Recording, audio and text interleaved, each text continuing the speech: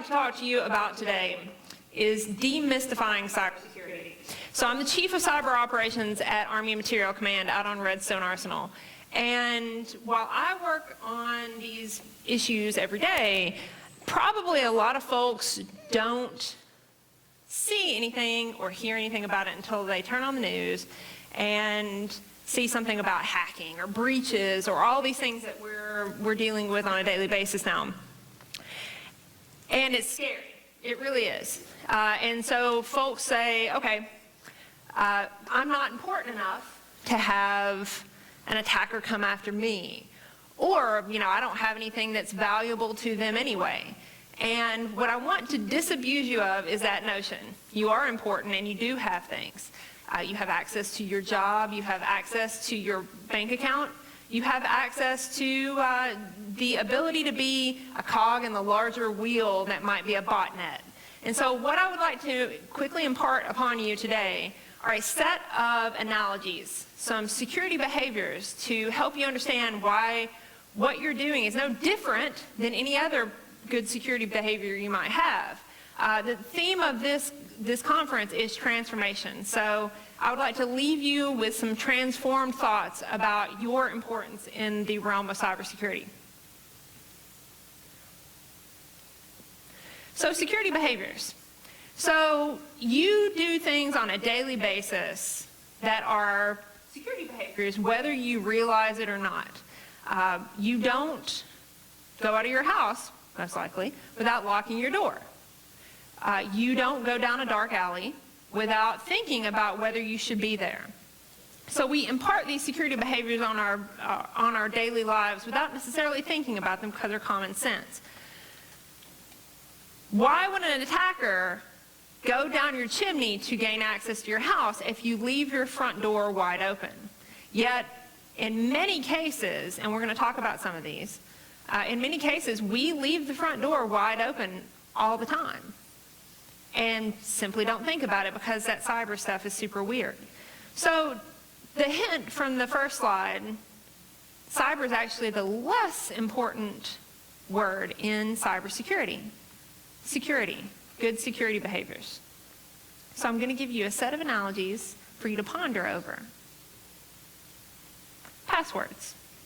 So we all have to deal with passwords on a daily basis, sometimes at work, sometimes at home. We have a variety of social media accounts, we have email, we have all these things. And passwords are irritating, they really are. And they're getting longer and they're getting more complex and websites are forcing us to do things. But let me leave something with you. Passwords are like the lock on your house. They're like the lock on your bank account. They're like the lock on your shed. And you want that lock to be strong. But let me leave you with this. Why would you use the same lock on your house that you use on your shed that you use on your bank? You want different locks and you want different levels of security. So think about your password like it's a lock. And you want different locks. So don't use the same password for all of those things. Super easy, super simple, and will save you a lot of trouble. Patching. So the picture here is of, razor wire and barbed wire and security cameras. There's probably some security guards roaming around. So think about cybersecurity very much as a layered defense. You have layers. You have the security guards roaming around. You have the basic stuff like simple fences. You have locks. You have security cameras. Patching your system might be one of the easiest things you do. Sometimes it's irritating. Sometimes you're in the middle of a FaceTime, or you're in the middle of an important email, or you're playing a video game, and it pops up and says, we need to restart your system because there's a critical patch that needs to be applied. And it's super easy to say, ignore. And then you ignore, and then you ignore, and a month has gone by, and you haven't patched your system. Patches are not put out by your operating system provider, by your software provider for nothing. These are fixing vulnerabilities that an attacker can use to gain access to your system, to gain access to your information. So think about a layered defense in this way. This is a most basic defense, a simple defense and go ahead and click that, install and restart now, save yourself a lot of trouble in the end. Phishing. So for those of you who may not be as aware of phishing, phishing often occurs through email. Often someone emails you out of the blue with an attachment or a link. Sometimes even someone you know, a friend or a family member, hey, open this up, take a look at it. Hey, click this link. I found this really cool site I want you to check out. But what it really is going to do is going to redirect you to something, or it's going to download something to your system that might make you a cog in the larger wheel of a botnet or an attack that's going to take place. Phishing very often ends up with you losing information, bank account information, passwords, and usernames because they've installed something on your system. So here we have a dark alley. You're walking down the street alone, minding your business. You come to this dark alley. It looks ominous. You probably would think twice about walking down that alley. Doesn't look safe. Probably shouldn't do that. But a lot of folks, an unbelievable amount of folks, will click that email and open it up, open that attachment up, click that link, and think nothing of it. So what I would encourage you to do, the next time you get an email, even from somebody you know, and you're not expecting it, and it has an attachment or it has a link, maybe pick up the phone and call them. Maybe ask them, did you send this to me? Did you have something? I wasn't expecting this. I just wanted to check. That simple act can save you from, again, losing all of your information or possibly being a part of a larger botnet that could attack or harm other people. And finally, my favorite, social media. We love our social media these days. Facebook, Twitter, all these things, Instagram, sharing with people.